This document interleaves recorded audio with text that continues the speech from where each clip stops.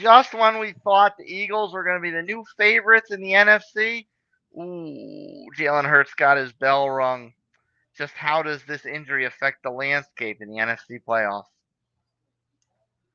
Vikings and Seahawks. Sam Darnold's got the Vikings flying high still. Geno's trying to keep the Seahawks in playoff contention. And oh, yes, those Seahawks have been very much part of a logjam in their division. Just where does the dust settle in the NFC West after another week?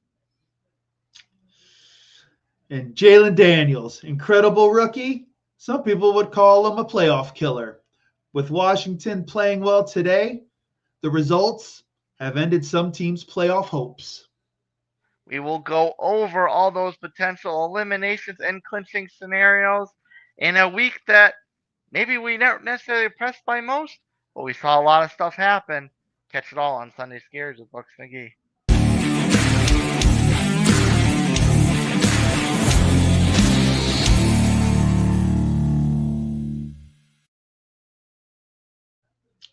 Oh, man.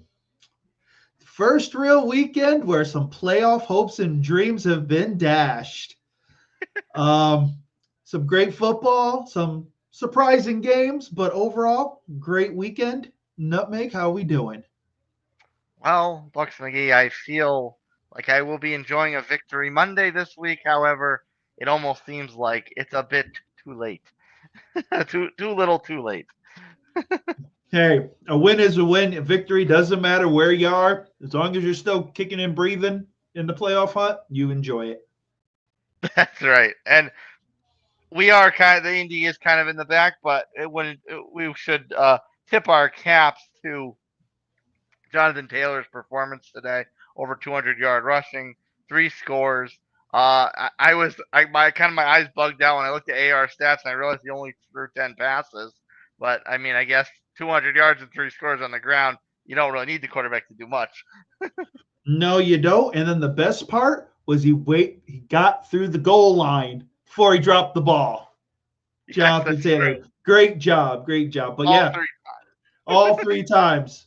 But no, it was a hell of a performance. The run game was on point, and hey, if you like you said, if you don't need your quarterback to throw, if you've got the horses to run, then hey, let it happen. Yeah, I wish they kind of didn't let Tennessee back into it and made it closer than it needed to be. However, I guess there's that whole prevent trade clock for yardage for the opposition, and I guess it is what it is. The score looks closer than it was, but it's another AFC win. I don't know if it'll help, but I guess it's good to have one nonetheless. Yeah, hey, the win's a win. You're still in the hunt in that nice column. You know, that right-hand column, on the graphics in the hunt. That's all you want to be, because there's some teams that aren't anymore. So, hey, enjoy it. Now you got that. You guys got Denver next week, correct? No, we already played Denver. Right. Don't remind me of that game. No, we finished with Jacksonville. Oh, we have the Giants next week. We have the Giants. That's right. Yeah, so there you go. You're still in the hunt for another week. Congratulations. Yeah. Keep it going. Well, there were a lot of teams that quite a few teams that got the ease this week, and a couple of them were the unfortunate, I don't want to say beneficiary, that's contradictory, but took the short side of the stick from probably the best game of the day. And it didn't exactly start as a good game. Philadelphia got out to a fast start against Washington, but you were able to catch this game. What did you think of the overall flow of this game? Obviously, Philadelphia has a little bit of salt in the wounds, but just how the game in general went. I'm telling you, man, like at first you would have thought Philly was going to put a 50 spot and this game was going to be over by halftime. Jalen Hurts gets his bell rung, concussion, you slide in Kenny Pickett. They're still moving a little bit. Pickett's, a little off in the pocket, throws an interception, but you've got Saquon Barkley. So hand it off, he busts, a 68-yarder. You're like, all right, they're going to be good to go. But unfortunately for them, Washington did not care and does not care. And those guys battled that. They battled back. And you knew once the game went to 28-27 when Washington took the lead, so this wasn't going to end well for Philly, and it didn't. Jalen Daniels is incredible. This kid is unbelievable, cool in the pocket.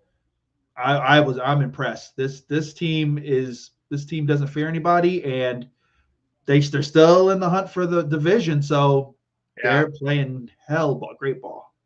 which maybe they have even more motivation to go for the division now with Jalen Hurts potentially sidelined. Even if it's a quote unquote minor concussion, as if any concussion is really minor, that's probably Yeah, still at least a game that he'll miss. exactly. Like there's no such there's no such thing as a minor concussion. Let's be real. If he's not good to go by the middle of next week, then it's going to be Kenny Pickett again, and Kenny Pickett unfortunately was ineffective. He had a couple throws that I was surprised were completed, but overall, I don't. It's not good.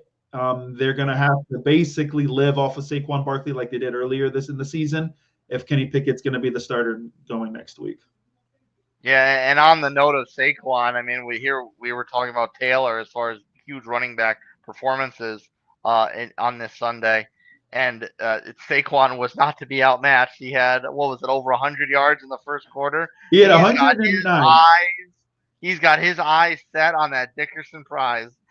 He had 109 yards and 2 touchdowns in the first half, but the second half, Washington clamped down. Washington clamped them down, and I was impressed. I was impressed the way Washington was able to bounce back the second half, because at that rate, you would have thought easy Saquon was going for 250, but Washington clamped down and handled business.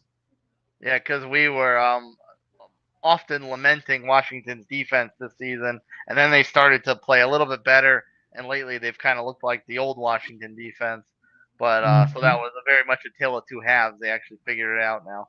Yeah, and they're confident now. They've got a good mix of youth and veterans. They probably believe, why not us?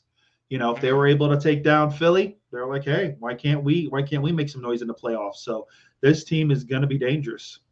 Yeah, Jaden Daniels had what, 5 touchdowns. 5 touchdowns.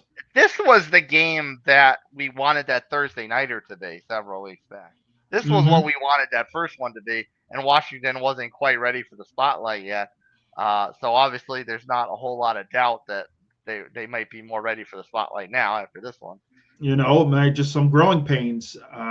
It's one of those things where you sit there and you're like, okay, Daniels is going to be okay. He's going to have his bumps and bruises. And, a couple weeks ago we were saying, all right, they're going to finish okay. And we kind of made them a forgotten thought. And this game thrusted them right back into the heat of everything. So if they can play with this kind of heart and determination, they can beat any. I don't know if they can beat anybody, but they'll be in it. They'll be in the mix. Mm-hmm. Now, as far as Jalen Hurts is concerned, it's a concussion, so you have to figure minimum one game he's gonna miss. Mm-hmm. Um, well, obviously that'll remain to be seen because I think there's been guys this year that have gotten a concussion and have played the following week. But you Mm-hmm. figure more likely than not he's gonna miss one game. And Kenny Small Hands Pickett is the quarterback for any kind of interim period that may be. So this is almost kind of has eerie vibes to this Eagles Super Bowl run of several years back, where Carson Wentz was on an MVP run that season, got hurt at the end. Nick Foles came in, and obviously the rest is history. So, Yeah, but is there this isn't anything? Nick Foles. This isn't Nick Foles. No, no. You just no. There's no comparison. Kenny Pickett is no Nick Foles, and I don't think Kenny Pickett's gonna. If it turned into that, Kenny Pickett's not leading them to a Super Bowl. It's not happening. Mhm. No, no way. Where do you kind of balance the let's take it easy and just make sure Jalen's okay for the playoffs versus trying to maintain the team's current playoff positioning? Because like you said, Washington's still in play for the division right now. Philadelphia could have clinched it today, but obviously that's not the case. So Washington's still in mix for that. They were still in the mix for the number one seed with Detroit, but the Lions took care of business against the Bears. So, and without Jalen for at least a week, that kind of looks a little bit more out of picture. Obviously, you don't kind of worry about Minnesota. You don't have to worry about the West and the South so much, but like, how do you kind of gauge, like, okay, let's make sure we hold on to two versus let's make sure our quarterback is healthy for the postseason. I don't think you've got to take care of your quarterback. You can't at this point. You can't worry about your seating because you can't. First of all, if Hurts isn't ready to go, then it doesn't matter. At that point, whoever you're putting out there is who you're putting out there, which is Kenny Pickett. So you're not. There's no way you can rush Hurts back if he can't pass protocol and he's not right. Then you work with what you got. Right. It's not like Mahomes with his high ankle sprain where, if we treat it, we can get him out there, we'll see what he can do. This is a Yeah. concussion. So if he's not right in the head, he's not going out there. So you'd rather take the first wild card with a healthy Jalen, play Tampa, the Rams, or Seattle, uh, versus making sure you get the two and You might have having to having because the home game. you might have to because if he doesn't pass protocol, he's not playing. There's no way. Yeah. So if they say, okay, he's not good for the next two games, then wherever you fall is where you fall. This is Well, the one injury literally where you can't say, okay, well, we'll patch it up and see what he can do. If he's not right, he can't go. what would you feel more confident in if you were the Eagles team? Would you feel more confident on the road playing against one of the quote unquote lesser divisions or having the home game Well, against whoever gets the seventh seed? as long as you got Saquon, I think you feel confident as long as you can run the ball because you can run the ball anywhere. Yeah. So you've got to. I think now they have to look at it and say, okay, there's two paths. The possible number one, or maybe what we're going to end up doing is, being maybe the two or three, depending where we fall, 2, 3, whatever seed, and we got to play it by ear because you can't rush. You can't rush this. This is bad timing. It's bad. It's sad that this happened, but you can't rush it. So now you need Plan B. And running on the road also has its benefits because if you're successful, of course, you take the crowd out of the game and it almost becomes a home game anyway. Exactly. So, and you've got right now this year, you've got the ultimate crowd silencer in Saquon Barkley. So, we'll find out. So we've gotten used to the NFL embracing the chaos in Week 18, Mm-hmm. and after this week, there seems to be a little less chaos, a little less chaos. Forecasting in because by virtue of this Washington victory, a couple teams were eliminated. One, of course, is the Dallas Cowboys, and as if you needed any other reason to feel glory over potentially just wrecking that Cowboys defense tonight at the hands of your Tampa Bay Buccaneers, uh, you might have a little bit of glory now pregame to know that they are already eliminated. This is a wounded animal. I think at this point that you're going to see if they've got any pride or if they've said, okay, well, we're out of it, so we'll just go through. Like now, you're going to kind of see what the Dallas Cowboys are the next couple weeks. Mm-hmm. Yeah, it's kind of great. Yeah, now that it's like, wow, we're eliminated. Are they going to come out on fire, or is it going to be like, I don't know if Cooper Rush is going to decide to put on a Superman cape and want to throw for 500 yards and do it for Dak or whatever, do it for Cowboy Nation. But you're going to see because now at this point your season's over. Now the questions come up, which would have came up definitely once the off season started. Micah Parsons, are you signing him? What are you going to do with the rest of this roster? So I think Dallas will come out and play hard. They're professionals. You want to play to win, but if it's a situation where the game's out of hand by the mid third, fourth quarter, you'll probably see maybe we see Trey Lance tonight if it Yeah. gets that bad, because you got young guys on this roster. You might want to start seeing what you got, because you've got to figure out what this roster is going to be for next year. And unfortunately, your off season technically starts now. Would you bench CD the rest of the way out? Why If why would risk an injury to him? If he would, yeah, like if he's not feeling right, and I know he's got some nagging injuries, I'm sure he'd want to play. I'd say, you know what? How about we just take tonight off, and have you play next week or whatever. Some teams relish. Okay, if we're out of the playoffs, then we want to start. We want to, ruin other teams' playoff chances as well. I don't see Dallas as that kind of team with that kind of bloodthirst in them. They'd kind of be like, okay, well, we're out. We're out. We knew we sucked, and we knew this is what was going to happen. So because we don't know like I said, we don't know what's going on with this franchise as a whole. So if you got some guys that are nicked up and you want to make sure that they start to get healthy for next year and such, I'd rest them. Well, not just tonight, but also the last two games. I mean, if there's no reason to play CD tonight, there's no reason to play him in the rest of the schedule either. Yeah, but you don't want to throw in the towel like that either. It's like, okay, because basically at that point you're quitting. If someone's got an injury, then they're kind of like on the line. I say you rest them for a week and let them finish the season. But with CD, this was all honestly probably because of the holdout for the contract. Let's be real. I think that's part of it. He came back. It took him a while to get acclimated, and the next thing you know, once he started catching his rhythm, his stride, started getting nicked up. So I wouldn't sit him unless, like I said, unless it's something that could turn serious. I'm not going to sit him. I might, rest him one game, but I'm going to let him finish the season. I'm sure he'd want to play. So in this game tonight, then you went from expecting 35 points from Tampa to expecting 55 points, right? Now the Cowboys don't have anything to play for. I just want 1 point better. There it is. Because I know how, because I'm not trying to get in the trap game. I'm not trying to be like, oh yeah, they're out. No, no, no. I can't have that because the Giants didn't do squat for me today. The Giants Oh, for 5 minutes, I thought could have pulled the upset and handled business, but Drew locked himself and threw interceptions, and it's just whatever. I've got to we got to take care of ourselves. So no, I got to handle business. 1 point better, move on. all the smack talk you've talked about the Cowboys this year, but now here the Cowboys are in front of you, and you're Because like I thought the very Cowboys would still passive. be in the mix. I thought the Cowboys would still be in the mix of something to play for. I don't know their mindset. I don't know if they're just going to come out saying, "Okay, we're ready to crush it," and we kind of take our foot off the gas. I don't know. Stranger things have happened. It's the NFL. You know how this works.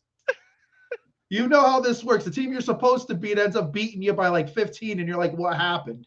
No, I'm not playing in this game because it would be different if we had split with Atlanta. It'd be totally different. I'd be like, "All right, fine. I've got some room." They swept us. I don't have room. I got to win these games. Now, if Atlanta loses next week to Washington, then I'm like, okay, all right. I'm kind of loosening the tie a little bit. But There's your next jersey bet. You'll buy Jaden Daniels jersey. if he ends it, if he becomes the Falcon killer, it happens. It happens. I'm going. I'm sure there'll be some deals on NFL.com. I'm on it. Okay. Uh, the other squad that Washington eliminated this week was the San Francisco 49ers, another team we've much lamented this season. And I guess speaking of teams giving up, I guess the Niners got wind of this going into this game against Miami because I don't think they tried very hard either. Now it was kind of close, but I would almost argue that it was close just because they probably have more talent than the Dolphins. The Dolphins came out wanting to punch people in the mouth. That's because they knew they were still in it. I think they in the last couple of weeks they've woken up and said, "Hey, we still got a chance, even though it's Yeah. slim to none." And I think the Niners are just tired, beat up, and let's be real. I think I think missing Ayuk really messed this offense up. Your two running backs are down and out, so they're an adequate offense. They're not the high-powered Niners offense. The Mm-hmm. defense is kind of banged up too. So this was just who wanted to win more, and you know Miami somehow wanted it more. Yeah, well, I mean, and to your point about hey, we still have a chance, even though it's marginal at best. Uh, I heard a clip at the beginning of that game where somebody they were quoting McDaniel, and he was saying, "Look, like if let's just it's kind of like that old saying, control what you can control kind of deal. Mm-hmm. Like if we're still in it, let's just control this. get the win. If we lose because everyone else won out, it is what it is. Right. Yeah, like at this point, that's how Miami is. Unfortunately, when Tua got hurt early in the season, it dug the hole. They couldn't while he was out, they couldn't throw the ball down the field. They were just a running team. They couldn't really throw the ball. He came back, but at that point, there was still rust. And by the time they kind of got any kind of rhythm, they were already almost on the outside looking in. So now they're just gonna hope that some other teams lose and maybe they can sneak in. That's about the best they can do. And now they probably are also kind of have one eye on the offseason, kind of seeing what to do. Honestly, they need to shore up the backup quarterback situation because if Tua takes another hit, you need somebody who can walk in and just do his thing.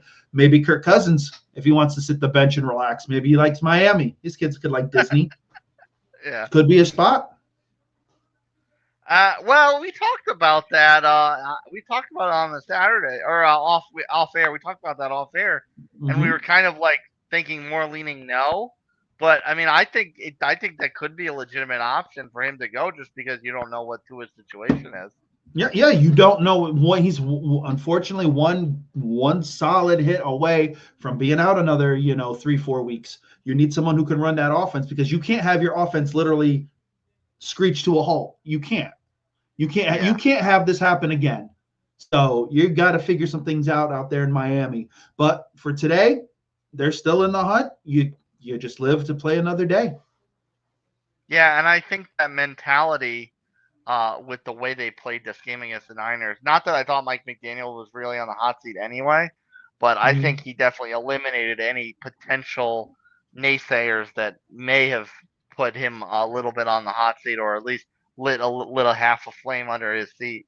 Because for them being as far back as they are, they do not have any reason to play hard. No one would fault them for going for the draft pick. So the fact that he can get his guys to compete and play as hard as they did, I think removed any doubt that he could potentially be on the hot seat. Well, like you said, they still have somewhat of a shot, so they're gonna play hard. Once you see on the X the picture of Tua and from NFL Fox eliminated underneath there, then you're gonna probably see some guys sit down and kind of be like, because there's only a couple games left, so at this point they're going to play hard. But I do think starting next year there'll be a bit of a flame under him. There will be, and unfortunately, because of Tua and everything, it's not fair. But that's just the way the NFL is. So they're going to have to kind of figure out a contingency plan, and they're going to have to play really well next year.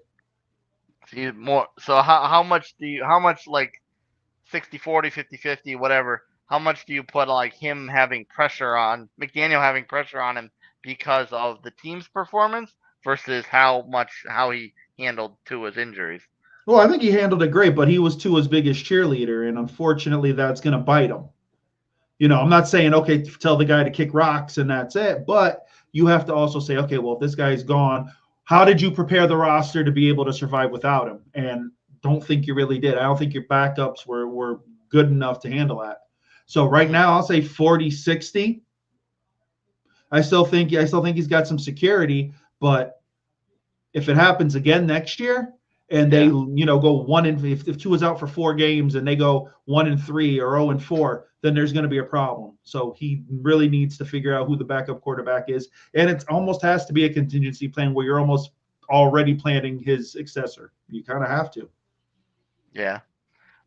With the Niners being eliminated, of course, that takes the NFC West down to a 2-horse race, and one of which Seattle fell today to Minnesota. This was kind of a back and forth, pretty close game. Sam Darnold was showing off the arm, so we know he's not slowing down at all. But how do you kind of feel in this game? Is the light bulb really dimming on Seattle here? Oh, it is. It is. The end of the game, ended on an interception.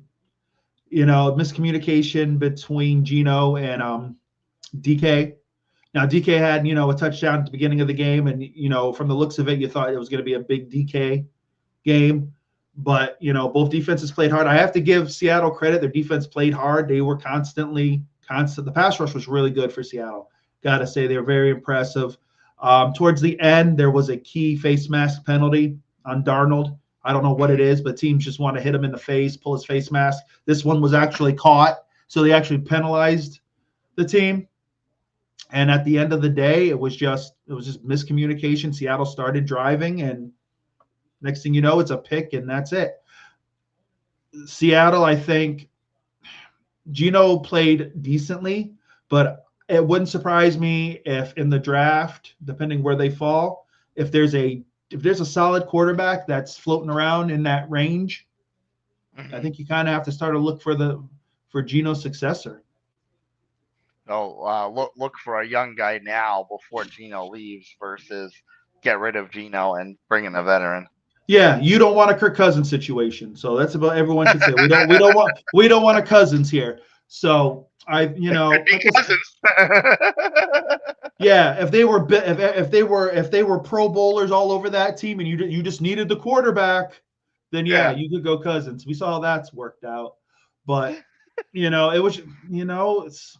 I just think the Rams have caught hot at the right time. They're winning ugly ball too, and it's the Rams division to lose. So we'll see what happens. But yeah, this was a real hurt for Seattle. Big hit. I do want to talk about that, but I'll ask you because you were impressed by Seattle's defensive front, and Mm-hmm. I think that says something considering the fact that Darnold put up a show anyway. So I think that's just another piece of evidence to the fact that the Vikings aren't messing around, and Sam Darnold is a legitimate quarterback here. The fact that he was able to face such pressure and still had a pretty impressive day. Oh yeah, it was impressive. But Seattle's secondary was good at points. There were points where they gave up some passes, but there were also some points where they were physical with Minnesota's receivers. They just couldn't put it all together. That's the problem. They couldn't put it together, and it was just some mental lapses. That defense is relatively young, so I think they'll get better as the years or so go on. But yeah, Darnold, I think for him sitting in, San Fran behind Brock, I think was the best thing for his career. And Mhm. he's tough, and he was able to put the ball in. There were a couple passes where I was like, oh, he's not throwing that, and he was clean. He was good. So you got to give Minnesota credit.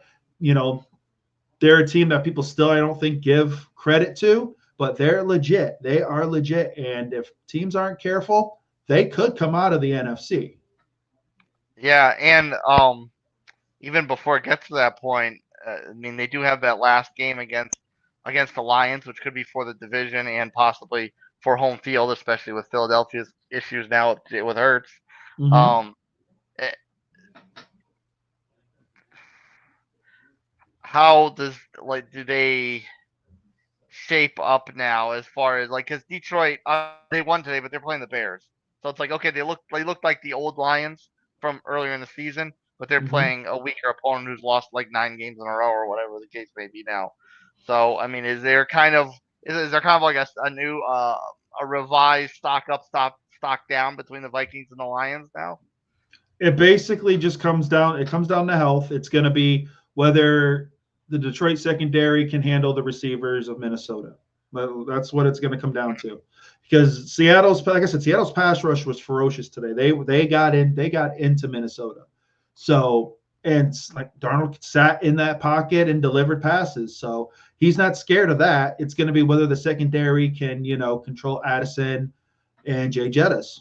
Mhm. If Minnesota's receivers are having a day, at that point the run game's going to open up. So it's just going to be it's almost going to be one of those things where who gives up the least amount of points wins. It could be one of those 40 to 42 get point games, like the Rams and the Bills.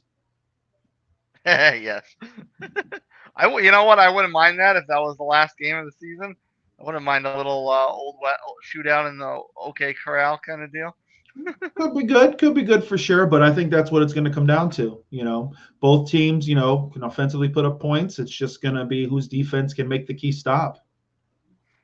Moving on to the rest of the NFC West, and that would be the Rams. Now the Rams were in New York this week, and you would have thought like, oh, they're just gonna blow the doors off the Jets. It's the Jets, and they won, but they struggled a little bit more than they probably should have in this one.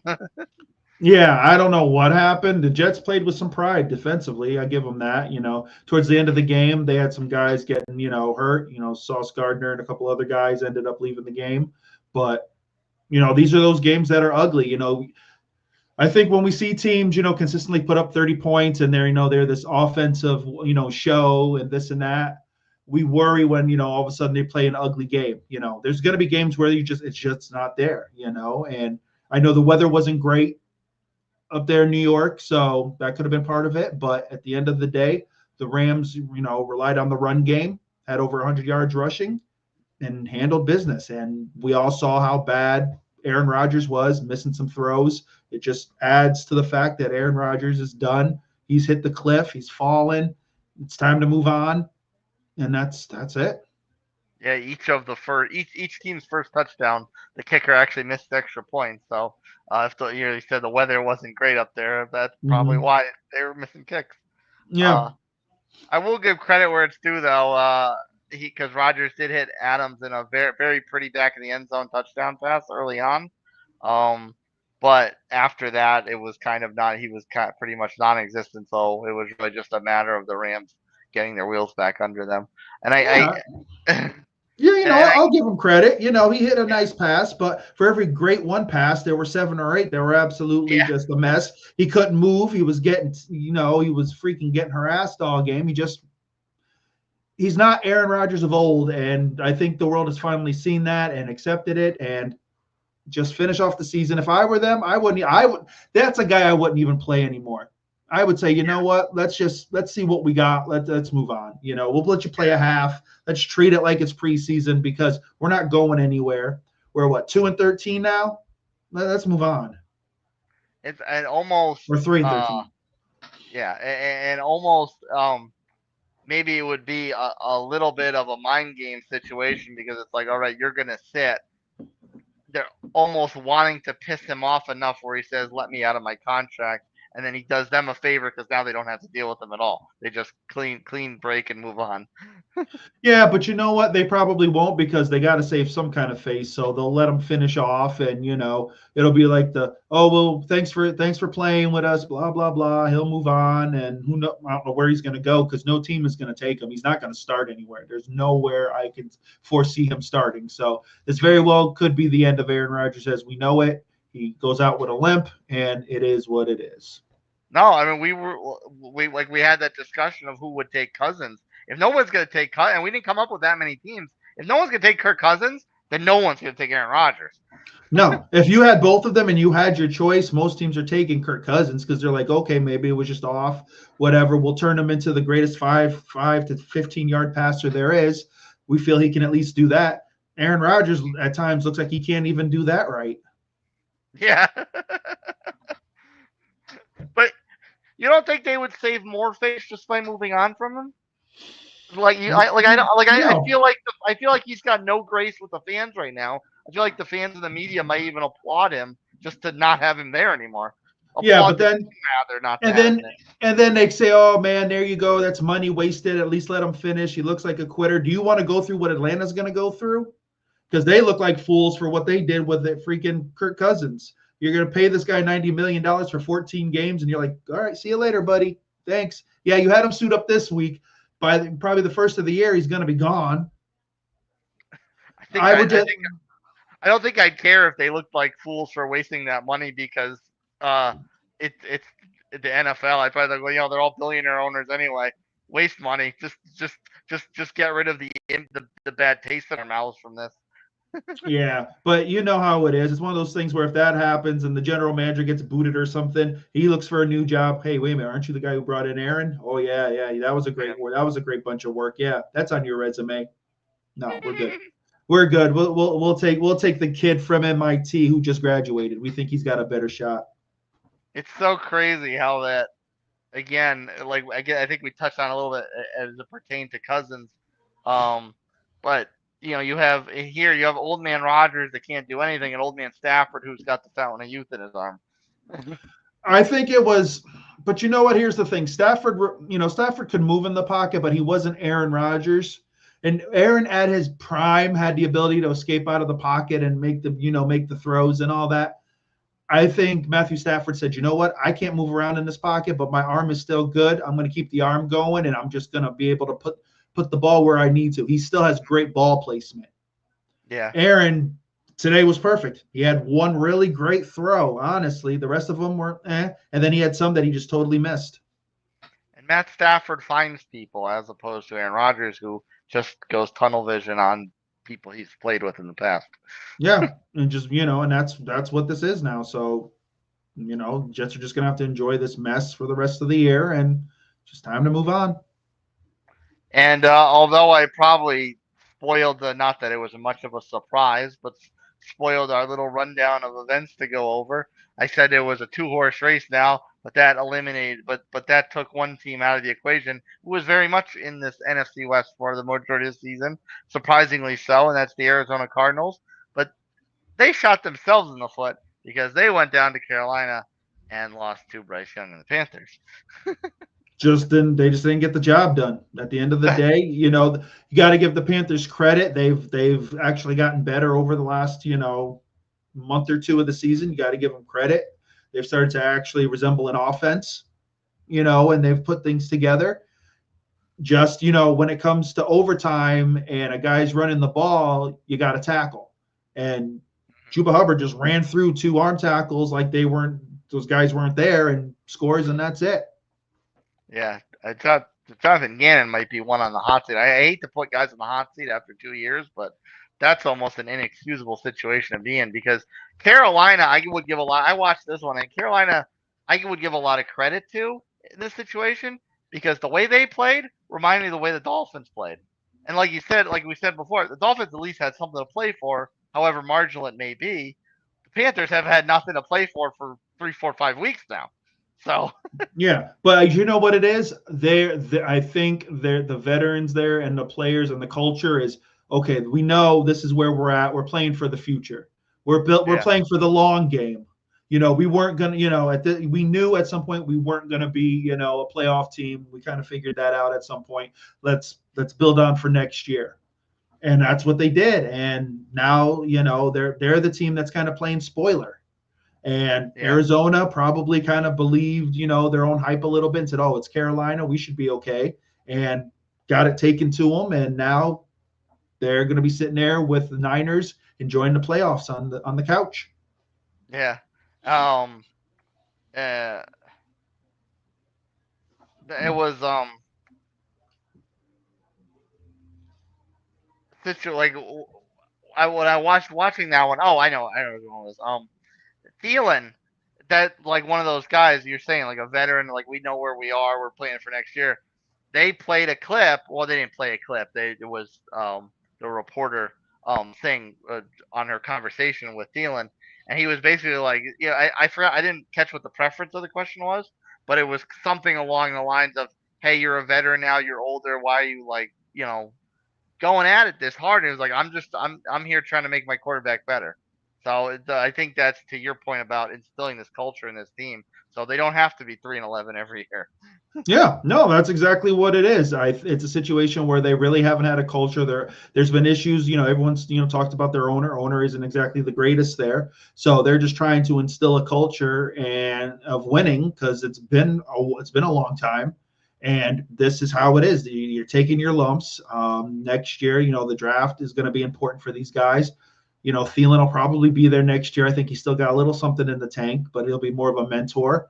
And you're gonna find out if Young is the real deal and the quarterback for this organization.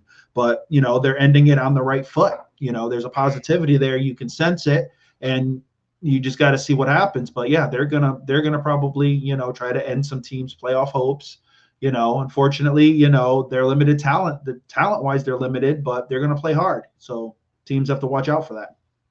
Yeah, never would I thought in recent years that the Panthers would ever have the one-upsman on any other franchise, but at least in that regard, they seem to have the upper hand on a franchise like Arizona. Yeah, well, Arizona's going to have to look at themselves and say, "Hey, what could we have done better?" And from the looks of it, the basics, just tackle. Yeah, tackle. Yeah, I remember when the Colts struggled with tackles. That was a rough time in my life. Um, Anyway, I'll ad lib you here because I completely forgot about something you hinted at earlier in the show, and that Mm-hmm. was Michael Penix's debut. I'm sure you were hoping the Giants would have some bit of pride, but looks like they are fully committed to having the number one draft pick. What were your thoughts of Michael Penix in this and the kid's debut? He was decent. He made some nice throws. He definitely made some nice throws. I think he threw for like 202 yards. He had an interception, but it was like a tipped ball. So you know how I feel. Tipped ball interceptions are like, eh. Yeah, yeah. So but he was solid. For coming in and probably not getting a lot of work with the ones. He was decent. There, if that defense didn't play as well as they did, or the Giants didn't play as bad as they did, it could have been probably a little closer. Lock through 2 picks, and the Giants are bad. Point blank, they're bad. And even with your rookie quarterback, there's enough talent on that team to beat the Giants. Drake London left the game with a hamstring, so that's going to be something to watch. But you put your playoff hopes on this rookie, so now you got to make sure that it's probably going to be a lot of run heavy with them and play action. See how it works out. He looked like he could handle the play action today. We'll find out. They play Washington next week, and Washington's looking for the division. So Washington's hungry. We're gonna find out. I'm uh I'm at this. I'm so surprised that Kyle Pitts at some point is not pounding and stamping his feet and forcing his way out of town because he went through multiple quarterbacks that were just also rans and failed draft picks. Kept a good attitude about it. They bring in Cousins. The hype was there. Cousins barely even looked at him. He had a couple good games, but nothing really earth shattering. And then they bring in a rookie here. You figure, okay, a tight end is a rookie quarterback's best friend, right? He put up a donut for most, if not all, of this game. So Kyle Pitts, I don't know how this man hasn't gone on a temper tantrum and forced his way out of town. Here's the problem, because Penix basically ran the scout team, so it's not like he really got time with the ones. It's not like Drake May, who got like 30% of the snaps with the ones in practice. So that's why Mm-hmm. Drake May was able to basically, when he was put into the number one spot, looked a little better. And it's gonna take time. It's gonna take time. Like I said, you're basically you're putting your playoff future this year and your future going on with this kid. You took him eighth, so you believe in him. So now he's got the weapons. Now you're going to find out whether if the offense fits him, Mm-hmm. or maybe it's going to have to be addition by subtraction. You have to say, okay, well, you know what? Maybe we've got all these weapons. Maybe Pitts is expendable. You bring in you bring in a couple tight ends who are maybe more of a blocking. You go a little more run, guys who can catch 4 or 5 yard passes and such, not unicorns, because that's what Kyle Pitts was called when he came out. He was a unicorn. Yes, he You was. know, he may just play out his contract. He may play it out and say, you know what, I'm done. I'm out. And he's young, so Yeah, if he plays out his contract, he's going to go sign somewhere, and someone's going to throw money to him because it wasn't like he's been hurt or anything. It's just bad quarterbacking, bad yeah. time. I feel so bad for guys like that because it's like they're talented and they cannot showcase it. So yeah, they're still young and they get another quarterback. Another contract, but they're not gonna get a big money contract because if anyone did do that, they'd be giving it to them on talent, not production. Well, I think he'd make a decent amount. I don't think he'd get a low end. I think they would sit there and look at the situation and be like, hey, your quarterback situation sucked. When you got the ball, we saw what you can do. So it could be a 3-year deal, and then boom, he explodes. He has himself a quality quarterback, explodes, and next thing you know, he's getting paid big. So I think he's willing to do that if he knows he's going to go somewhere and get the chance to perform. Yeah. One more extra point because I know you have to devote the entirety of your attention to the Bucks in the Cowboys game tonight. But I will ask: the Bills got off to it likewise with the Rams against the Jets. The Bills got off to a slow start against the Patriots, and there was a little bit of nervousness here with beating a farly underwhelming team. So, any kind of concern there with Buffalo? I mean, at one point in this game, they thought that the number one seed was going to be locked up for Kansas City. Like I said, man, these last games, they're trap games. New England's going to play with heart, and they've got a decent defense. It's not like they're scrubs on defense. They just offensively, they don't have the playmakers for May. Um, I think that was, Buffalo was able to, turn it around, handle business, but they're going to look at this and say, okay, we got to make sure we start out fast and start out strong. So give Buffalo credit. They survive another week. I'm sure this week they're going to be watching the Christmas games. This is going to probably be a pivotal game. If the Chiefs win, they're probably going to get the 1 seed. I don't know if they're going to lose out. So I think Buffalo just needs to focus on getting healthy, playing well, getting into a rhythm, and seeing wherever they lie. Well, speaking of Christmas, Sunday Scaries faithful, everyone have a happy holidays and Merry Christmas. Yes. We will see you at some point Christmas evening night following those two games. Bucks and McGee, quite the week 16 and maybe a little less chaotic final week of the regular season. So take us off air with your final thoughts. Well, for the teams that their playoff ride ends here, heck of a season. Finish off strong, stay healthy. For those who doubted Sam Darnold, the man is the real deal. Can't mess with him. He's the real guy. Philly, figure it out. Kenny Pickett isn't the answer, so it's going to be a ton of Saquon. And Jets fans, Aaron Rodgers, he gotcha.